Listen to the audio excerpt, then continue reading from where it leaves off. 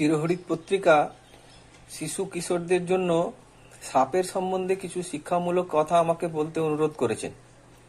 আমি একেবারে স্কুলের ছাত্রছাত্রীদের জানার মতো কয়েকটা জিনিস আজকে আলোচনা করছি। আমি প্রথমেই রহস্যময় কালাজ সাপের একটা ভিডিও দেখাই।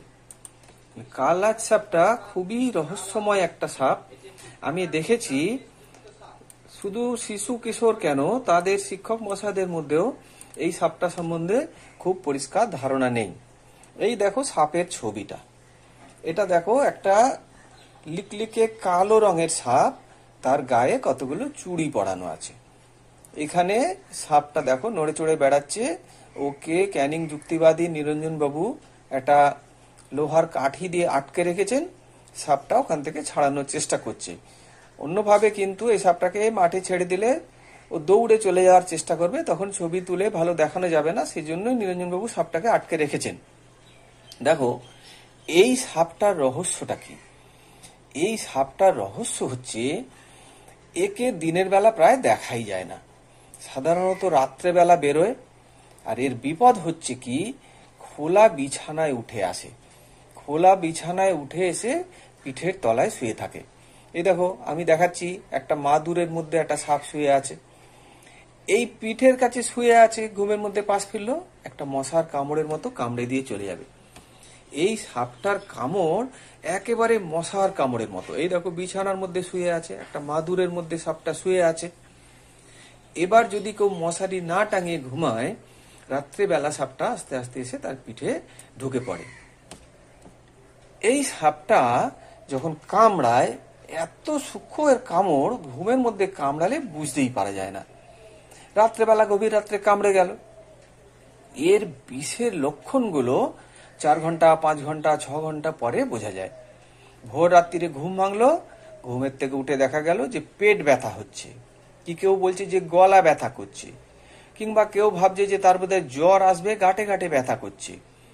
কি কোনো একটা জায়গায় বাইরে বেরিয়েছে, বাগানে দাঁত মাজছিল, মাথা ঘুরে পড়ে গেল।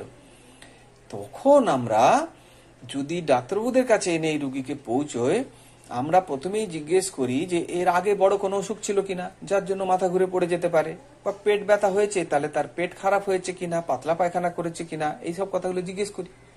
সাধারণত দেখা যায় কালাজ সাপের কামড়ের ক্ষেত্রে এই ধরনের কোনো রোগের ইতিহাস থাকে না। না, এ তো কালকে বিকেল পর্যন্ত সুস্থ মতো ছিল, খেলাধুলা করেছে, রাত্রিরে স্বাভাবিক খাওয়া দাওয়া করে ঘুমিয়েছে, সকালবেলা উঠে পেট ব্যথা বলছে। পেট ব্যথার তো অনেক কারণ আছে। আমরা দেখি পেট ব্যথা কোনো কারণে যদি আমরা মেলাতে পারি, যে তার অ্যাপেন্ডিসাইটিস বলে একটা রোগ হয়, পেটের মধ্যে একটা প্রদাহ হয়, সেখানে চেপে দিলে সেখানে ব্যথা লাগে, কি গল ব্লাডারে ব্যথা হচ্ছে কিনা, বা অন্য কোনো কারণে। কিন্তু দেখা যায় এই কালাজ সাপের ক্ষেত্রে পেটে হাত দিয়ে চাপলে কোনো জায়গাতেই বোঝা যাচ্ছে না যে এই জায়গাটাতে ব্যথা, অথচ গোটা পেটটা জুড়েই ব্যথা। কি করে তাহলে বুঝতে পারবো যে একে কালাজ সাপে কামড়েছে? আমরা একটা রোগ লক্ষণ দেখি। এই দেখো একটা ছবি, এখানে দেখো এদের চোখের পাতা পড়ে আসছে, চোখের পাতা পড়ে আসছে, যেন কত ঘুম পাচ্ছে। এই যে অনেক ঘুম পাচ্ছে মনে হচ্ছে, চোখ খুলে তাকাতে পারছে না, কিন্তু এ জেগে আছে, এর কিন্তু ঘুম পাচ্ছে না, একে তাকাতে বললে তাকাতে পারছে না। এই রোগ লক্ষণটাকে বলা হয় শিবনেত্র বা টোসিস, ইংরেজিতে বলা হয় টোসিস।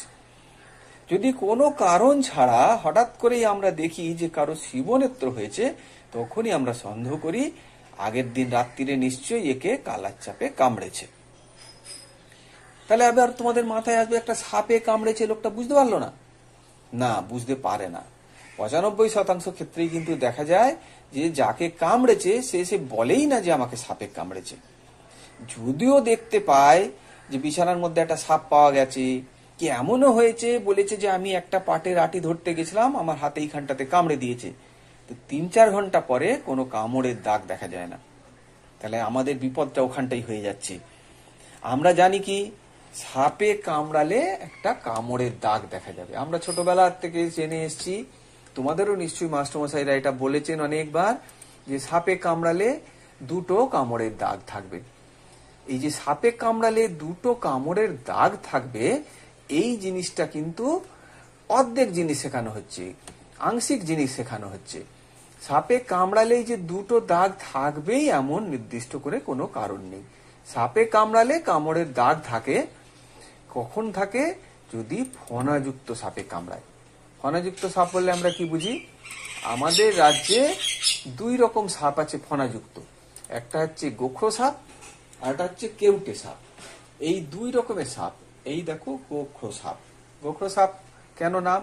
গরুর খুরের মতো চিহ্ন আছে, দেখো এর ফণার পিছনে ইংরেজি একটা ইউ মতো চিহ্ন আছে, বা সাহেবরা বলে যে চশমা চিহ্ন আছে, এই জন্য ইংরেজিতে একে স্পেকটাকেল কোবরা বলা হয়।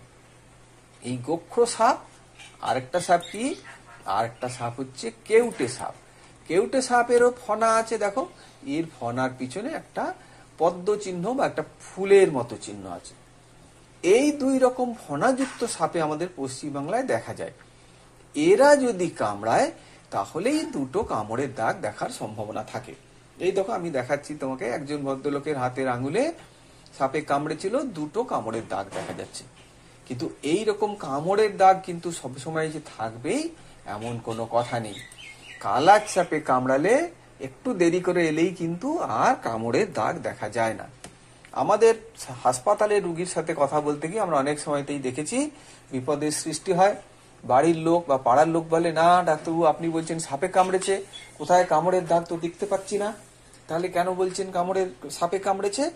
এই জিনিসটা খুব ভালো করে মাথায় রাখতে হবে যে কালাজ সাপ যদি কামড়ায় তাহলে কিন্তু কামড়ের দাগ নাও পাওয়া যেতে পারে। কালাজ সাপ, ফণাহীন সাপ, এই সাপ কামড়ালে কিন্তু কামড়ের দাগ নাও থাকতে পারে। এবার তাহলে তোমাদের একটু আমি একটা ছোট্ট ভিডিও দেখাই যেখানে গোখরো আর কেউটে সাপ দেখা যাচ্ছে। এই দেখো এই ভিডিওটাতে, আবার এই ভিডিওটাতে নিরঞ্জন বাবু সাপ দেখাচ্ছেন, গোখরো সাপ আর কেউটে সাপ। দেখো এই যে তোমাদের আমি একটু আগেই বললাম, এই সাপগুলোর ফণার পিছনে যে চিহ্ন আছে সেই চিহ্ন দেখে আমরা বুঝতে পারি যে এটা গোখরো সাপ না কেউটে সাপ। এই দেখো প্রথম যে সাপটা দেখছো এর ফণার পিছনে ফুলের মতো চিহ্ন, এটা হলো কেউটে সাপ। এই সাপের গায়ের রং কিন্তু যা কিছু হতে পারে, কালো হতে পারে, মেটে মেটে রং হতে পারে, গমের মতো রং হতে পারে, একটু হলদেটে রং হতে পারে। আবার দুধখরিস বলে একটা সাপ হয়, গোখরো সাপেরই একটা অংশ, এক ধরনের গোখরো সাপ, তার গায়ের রং সাদা দুধের মতো। এখানে যে সাপটাকে দেখছো তোমরা, এটা দেখো ফণার পিছনে ফুলের মতো চিহ্ন, এটা হচ্ছে কেউটে সাপ।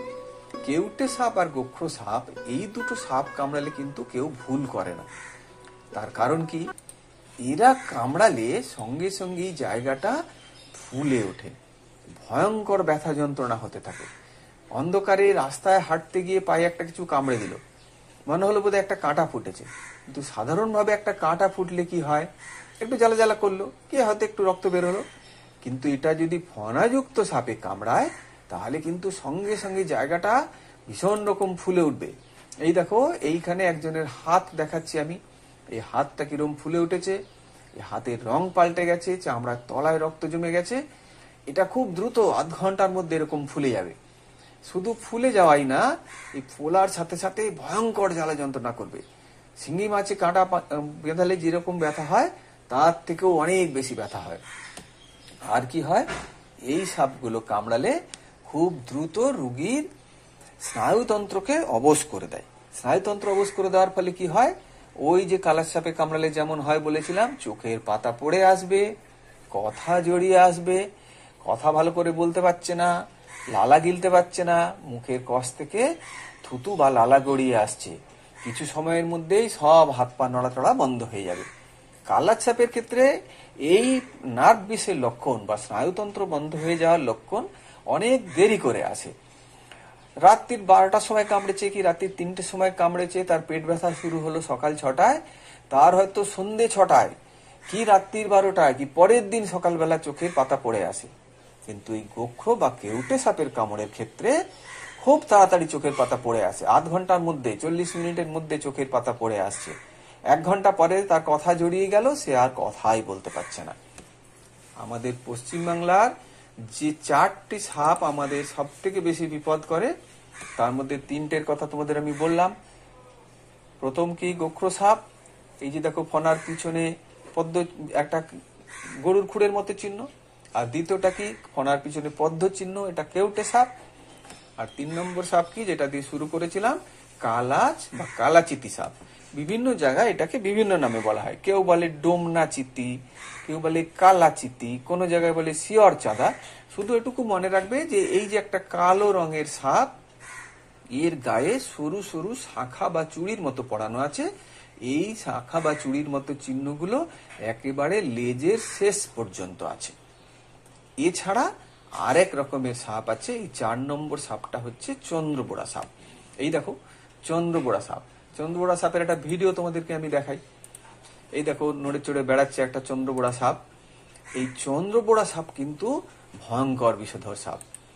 এটা অন্য যে 3 রকম সাপ আমি দেখালাম তাদের থেকে একেবারেই আলাদা। গোখ্র কেউটে কালাচ সাপ কামড়ালে রোগীর স্নায়ুতন্ত্র অবশ হয়ে আসে। হাত পা নাড়াতে পারবে না, চোখ খুলতে পারছে না, কথা বলতে পারছে না, কথা জড়িয়ে যাচ্ছে, এগুলো হয়। কিন্তু এই চন্দ্রবোড়া সাপ কামড়ালে রোগীর রক্ততঞ্চনের গন্ডগোল হয়। শরীরের মধ্যে রক্ত জমাট বাঁধতে চায় না। আমাদের হাত পা কোনো জায়গা কেটে গেলে আমাদের শরীরে নিজস্ব প্রক্রিয়া আছে, রক্ততঞ্চন হয়ে সেই জায়গা থেকে রক্ত পড়া বন্ধ হয়ে যায়। কিন্তু এই যে দেখছো কেউ একটা চন্দ্রবোড়া সাপ নড়ে বেড়াচ্ছে, এই সাপটাকে দেখো কি করে চিনতে পারবে, বিষ হলো রক্ত, গায়ে চাকা চাকা দাগ, একটা কাঠ কাঠ রঙের সাপ। এই সাপেরও কিন্তু চাঁদের মতো দেখতে, কিন্তু এর গায়ে চাকা চাকা দাগ আছে। 3টে চাকা চাকা দাগ দিয়ে মালার মতো যেন মাথা থেকে লেজ পর্যন্ত পড়ানো আছে। এই সাপগুলো কামড়ালেও 2টো কামড়ের দাগ হয়। কিন্তু অনেক সময় তো এরকম আমরা দেখেছি, চন্দ্রবোড়া সাপ কামড়েছে, হয়তো জলের পাশে কামড়েছে, কি কাদার মধ্যে কামড়ে দিয়েছে, কি ঝোপের মধ্যে কামড়েছে, প্রথমটা বুঝতে পারে না, কি হয়তো একটু কাঁটা ফুটেছে।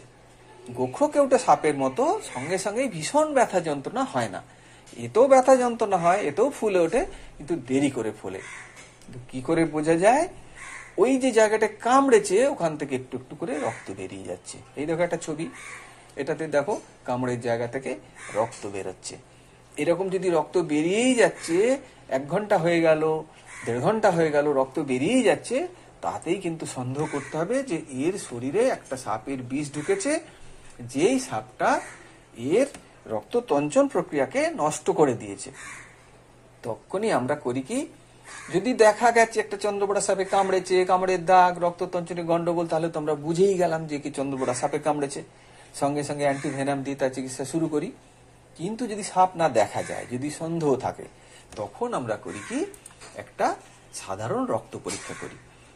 হাই স্কুলের ল্যাবরেটরিতে যে টেস্ট টিউব ব্যবহার করা হয়, পরীক্ষাগারে যে কাঁচের টেস্ট টিউব ব্যবহার করা হয়, দেখো এই যে কাঁচের টেস্ট টিউব দেখাচ্ছি আমি, এই কাঁচের টেস্ট টিউবে একটু রক্ত নিয়ে রেখে দেওয়া হয়, 2-3 মিলিলিটার রক্ত নিয়ে রেখে দেওয়া হয়। এই রক্তটা যদি 20 মিনিট পরেও জমাট না বাঁধে, দেখো টেস্ট টিউবটাকে একটু কাত করে দেখাচ্ছি আমরা, যদি টেস্ট টিউবটাকে একটু কাত করলেও দেখা যায় যে রক্ত জমাট বাঁধেনি, তাহলে আমরা নিশ্চিত হয়ে যাব যে তার শরীরে চন্দ্রবোড়ার বিষ ঢুকেছে। সঙ্গে সঙ্গে তাকে আমরা অ্যান্টিভেনাম দেওয়া শুরু করি। এই যে রক্ততঞ্চনের গন্ডগোল, এটা কিন্তু অনেক সময়তে অনেক দেরি করেও দেখা যায়, 3 ঘন্টা 4 ঘন্টা পরেও দেখা যায়। এই জন্য আমরা প্রথমেই একটা রক্ত পরীক্ষা করলাম, হয়তো 1 ঘন্টা পরে রক্ত পরীক্ষা হলো, রক্ত জমাট বেঁধে গেল, কিন্তু আমার সন্দেহ হচ্ছে জায়গাটা ফুলে যাচ্ছে, একটু একটু ব্যথা বাড়ছে, তখন আবার 1 ঘন্টা পরে রক্ত পরীক্ষা করি। এভাবে অনেক সময় 3বার 4বার রক্ত পরীক্ষা করার পরে রক্ততঞ্চনের গন্ডগোল ধরা পড়ে। এই পরীক্ষাটা অনেকবার করতে হয়। এর জন্য কোথাও ল্যাবরেটরিতে কোথাও যাওয়ার দরকার নেই, যে কোনো প্রাথমিক স্বাস্থ্য কেন্দ্রেই রোগীর বিছানার পাশেই রক্ত নিয়ে সঙ্গে সঙ্গে এই পরীক্ষাটা করে নেওয়া হয়। তাহলে আমরা এই যে 4 রকমের সাপের কথা বললাম, আমাদের পশ্চিমবাংলার এই 4 ঘাতক, গোখ্র সাপ, কেউটে সাপ, কালাচ সাপ আর চন্দ্রবোড়া সাপ, এই 4টে সাপকে চিনে রাখলেই আমাদের কিন্তু পশ্চিমবাংলার প্রায় সব সাপ চেনা হয়ে গেল। অনেক সাপ আছে আমাদের এখানে, প্রায় 150 রকমের সাপ আছে। বাকি সাপগুলো প্রায় সবই বিষহীন সাপ। আর 2টো সাপের ছবি তোমাদের একটু দেখিয়ে রাখি। পশ্চিমবাংলায় এই শাখামুটি সাপটাও আছে। এই সাপটা দেখো, একটা বড় সাপ, এর গায়ে কালো হলুদ পরপর পটি বা ব্যান্ড আছে। এটাও কিন্তু ফনাহীন সাপ। তো এটা ভয়ঙ্কর বিষধর হলে কি হয়, এ খুব নিরীহ সাপ, এ কিন্তু সাধারণত মানুষকে কামড়ায় না, কিন্তু এটা খুব উপকারী সাপ। এই পাশের ছবি দুটো দেখো, একটা ছবিতে দেখো একটা শাখামুটি সাপ একটা চন্দ্রবোড়া সাপকে গিলে খাচ্ছে, আর একটা ছবিতে দেখো একটা শাখামুটি সাপ একটা কালাচ সাপকে গিলে খাচ্ছে। শাখামুটি সাপ যেখানে থাকে সেখানে এই বিষধর চন্দ্রবড়া বা কালাচ সাপের সংখ্যা অনেক কম থাকে, কিন্তু পরিবেশের ভারসাম্য রক্ষা করার জন্য এই শাখামুটি সাপটা আমাদের জন্য খুব উপকারী সাপ। আর এক রকমের সাপ আছে, এটা হলো শঙ্খচূড় বা কিং কোবরা। বিরাট বড় সাপ, ফণাযুক্ত সাপ। এক একটা সাপ একেবারে 10 ফুট 12 ফুট 15 ফুট লম্বা হতে পারে। কিন্তু পশ্চিম বাংলার সাধারণভাবে পশ্চিম বাংলার প্রায় পুরোটাতেই কোনো জায়গাতেই কিং কোবরা বা শঙ্খচূড় দেখা যায় না। একমাত্র হিমালয়ের তরাই অঞ্চল বা ডুয়ার্স অঞ্চলে কিছু কিছু গভীর জঙ্গলে বা চা বাগানেও 2-1টা শঙ্খচূড় সাপ দেখা যায়। আর এখন গবেষকরা বের করেছেন যে সুন্দরবনের গভীর বনের মধ্যেও 2-1টা শঙ্খচূড় সাপ আছে। এরা মানুষের কাছাকাছি আসতেই চায় না, এদের সঙ্গে মানুষের দেখা হওয়া বা দুর্ঘটনা ঘটার সম্ভাবনা থাকেই না প্রায়, সেই জন্য এদের নিয়ে আমরা অতটা ভাবি না। আর একটা সাপের ছবি তোমাদের দেখাই, যদি দুটো সাপ পাশাপাশি রাখা যায়, দেখো একটা কালাচ সাপ, একে আমরা কি বলি, কালাচিতি সাপ বলে অনেকে। আর পাশের সাপটা দেখো, এইটা হচ্ছে ঘর চিতি সাপ, যেটা এই যে একটু হলুদ হলুদ রঙের একটু গেরুয়া রঙের সাপ দেখছো, এই সাপটা হচ্ছে ঘর চিতি সাপ। এর গায়েও কিন্তু চুড়ি পড়ানো আছে, কিন্তু এই চুড়িগুলো দেখো কালাচের চুড়ির মতো সরু সরু নয়, অনেক চওড়া, বাউটি বা বালার মতো। কিন্তু সব থেকে ভালো কিভাবে মনে রাখা যায়, কালাচ সাপের যে চুড়িগুলো পড়ানো আছে দেখো একেবারে লেজের শেষ পর্যন্ত। আর বিষহীন ঘর চিতি সাপের লেজের কাছটাতে কোনো চুড়ি বা ব্যান্ড থাকে না। তাহলে আর 2-1টা বিষহীন সাপের কথা তোমাদেরকে আমি বলে দিই। এই দেখো একটা খুব ভালো ছবি তোমাদেরকে দেখাই, ঘর চিতি সাপ। এই দেখো এর রংটা কিরকম, একটু গেরুয়া গেরুয়া রঙের। এর গায়ে দেখো অনেকখানি ছাড়া ছাড়া চওড়া চওড়া ব্যান্ড আছে। আর এর পাশে এই যে ছোট সাপটা দেখছো, ছোট ছবিটা, এটা কালাচ সাপের ছবি। এর গায়ে দেখো কত কাছাকাছি সরু সরু ব্যান্ড আছে। এছাড়া আর কি বিষহীন সাপ আমরা বেশিরভাগ সময় দেখি, এই দেখো দাঁড়াস সাপ। দাঁড়াস সাপ হলো খুব উপকারী সাপ, এদের বিষ নেই, লম্বা কেউটে বা গোক্র সাপের মতো, এদের কোনো ফনাও নেই। এরা প্রচুর ইঁদুর খায়, ইঁদুর খেয়ে এরা চাষিদের উপকার করে। এই দাঁড়াস সাপ সম্বন্ধে একটা খুব বাজে ধারণা আছে, খুব ভ্রান্ত ধারণা আছে যে এদের দাঁতে বিষ নেই, কিন্তু এদের লেজে বিষ আছে। লেজে কোনো সাপেরই বিষ থাকে না, কোনো সাপেরই লেজে বিষ থাকে না। কেউ যদি বলে তাদেরকে তোমরা বলবে যে এটা খুব বাজে ধারণা, কোনো সাপেরই লেজে বিষ থাকে না। আর একটা গল্পে আমরা কি পড়েছি, কাল নাগিনী সাপ। এই দেখো কাল নাগিনী সাপটা কিন্তু খুব সুন্দর দেখতে, দেখো গায়ে কত সুন্দর সুন্দর রং রং, এরাও গাছে গাছে ঘুরে বেড়ায়। গল্পে যাই থাক, কাল নাগিনী সাপে কিন্তু বিষ নেই, এটা কিন্তু একটা বিষহীন সাপ। আর একটা কাল নাগিনীর মতো একটা সরু লম্বা সাপ গাছে গাছে ঘুরে বেড়ায়, এই দেখো এটার নাম বেতাছড়া। এই গাটা ব্রোঞ্জের মতো রং, এই জন্য ইংরেজিতে এর নাম হচ্ছে ব্রোঞ্জ ব্যাক ট্রি স্নেক। আর একটা লম্বা সরু লিকলিকে সাপ আমরা অনেকেই দেখেছি, এই দেখো এটা লাউডোগা সাপ। লাউডোগা সাপও গাছে গাছে ঘুরে বেড়ায়, সরু লিকলিকে সাপ। এদেরও কিন্তু বিষ নেই, লাউডোগা সাপেরও কোনো বিষ নেই। আরেকটা সাপ দেখো, এটা হলো তুতুর সাপ। তুতুর বা বালি বোড়া, এটাকে দেখলে প্রথমে হঠাৎ করে কি মনে হবে, চন্দ্রবোড়া সাপ বোধহয় না। দেখো চন্দ্রবোড়ার মতো গায়ে কিন্তু চাকা চাকা দাগ নেই, এর গায়ে কিরকম যেন মিলিটারির ছোপ দেওয়া আছে, এই জন্য অনেকে এটাকে মিলিটারি সাপ বলে। এদেরও কিন্তু বিষ নেই। আর একটা সাপ আছে তুতুরের মতো গায়ের ছোপ, কিন্তু অনেক বড়, দেখো বিরাট বড় সাপ, অজগর বা ময়াল সাপ।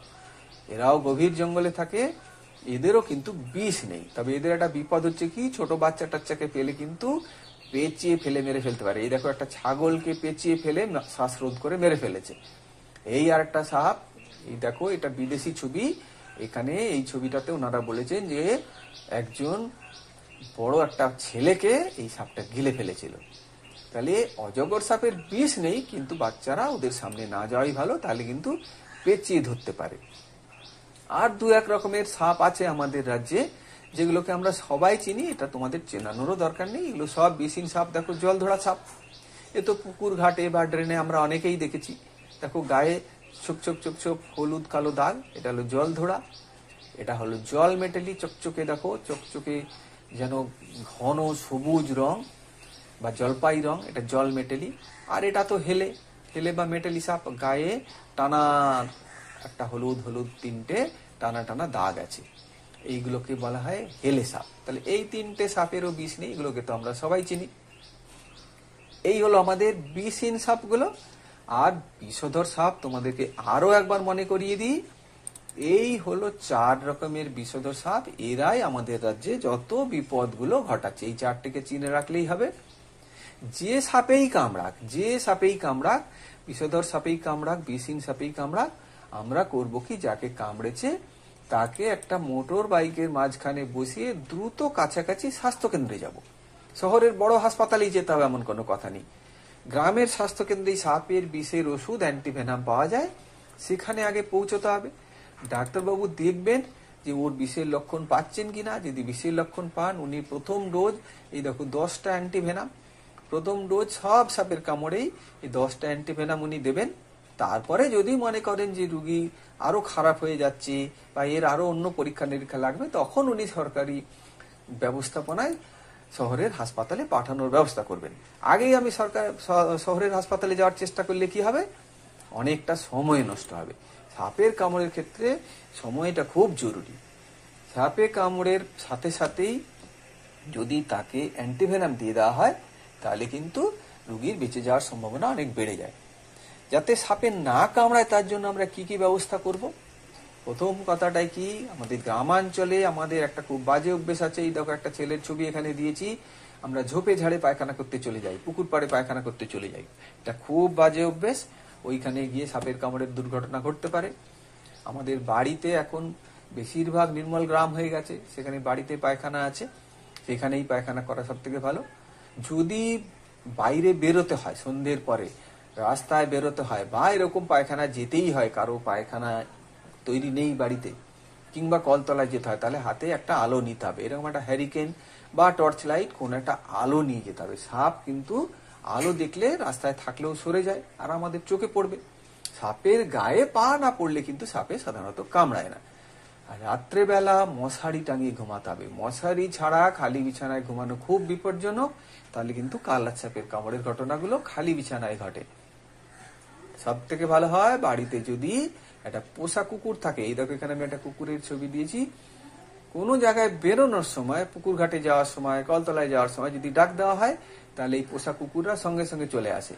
ওরা আমাদের সামনে সামনে ছুটে যায়। ওরা যদি সঙ্গে থাকে, রাস্তায় যদি সাপ শুয়েও থাকে, ওরা কিন্তু সঙ্গে সঙ্গে বুঝতে পারে, ওরা সাপকে তাড়িয়ে সরিয়ে দেয়। আর আমরাও বুঝতে পারবো যে কুকুরটা কেন এরকম আচরণ করছে, তাহলে আমরা সাবধান হয়ে যেতে পারবো। তাহলে আমরা আজকে কি শিখলাম এত সময় ধরে? আমাদের রাজ্যে অনেক 100-150 রকমের সাপ আছে, কিন্তু তার মধ্যে মাত্র 4 রকমের সাপই যত বিপদগুলো ঘটায়।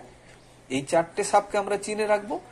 আর কি, আমরা সবাইকেই বলবো যে সাপে কামড়েছে বুঝতে পারলে, বা যদি সাপে কামড়েছে বুঝতে নাও পারি, আমার যদি সন্দেহ হয়, সঙ্গে সঙ্গে আমার বাড়ির কাছে স্বাস্থ্যকেন্দ্রে আমি যাব। সমস্ত প্রাথমিক স্বাস্থ্যকেন্দ্র যেখানে রাত্রেবেলা ডাক্তারবাবুরা থাকেন, সেখানে সাপের বিষের ওষুধ অ্যান্টিভেনাম থাকে। এই অ্যান্টিভেনাম না দিলে কিন্তু সাপের কামড়ে রুগীকে বাঁচানো যাবে না। আমরা সবাইকেই একটা কথাই বলবো, সাপ কামড়ে ভয় নাই, এভিএস চিকিৎসা চাই। অ্যান্টিভেনাম বা এভিএস দিয়ে চিকিৎসা করতে হবে। আমি আবারও আমাদের রাজ্যের এই 4 ঘাতক সাপ, 4টি বিষধর সাপের ছবি দেখিয়ে এখানে শেষ করলাম। এই 4টে সাপ কি আবারও দেখো। প্রথমেই হচ্ছে গোখরো সাপ, তারপর হলো কেউটে সাপ, তারপরে কালাত সাপ, তারপরে চন্দ্রবোড়া সাপ। সবাই একটু সাবধানে থাকবে। অন্ধকার রাস্তায় হাঁটা চলার সময়তে আলো নিয়ে বেরোবে, অন্ধকার রাস্তায় হাঁটবে না, মশারি ছাড়া ঘুমাবে না। এই কথাগুলো তোমরা তোমাদের বাড়ির সবাইকে জানাবে, বড়দেরও জানাবে, বাবা মাকেও বলবে, আর তোমার বন্ধু বান্ধবদের সাথেও আলোচনা করার সময়তে এই কথাগুলো বলবে। সবাই ভালো থাকবে। আজকে এখানে শেষ করলাম। সবাই ভালো থাকবে।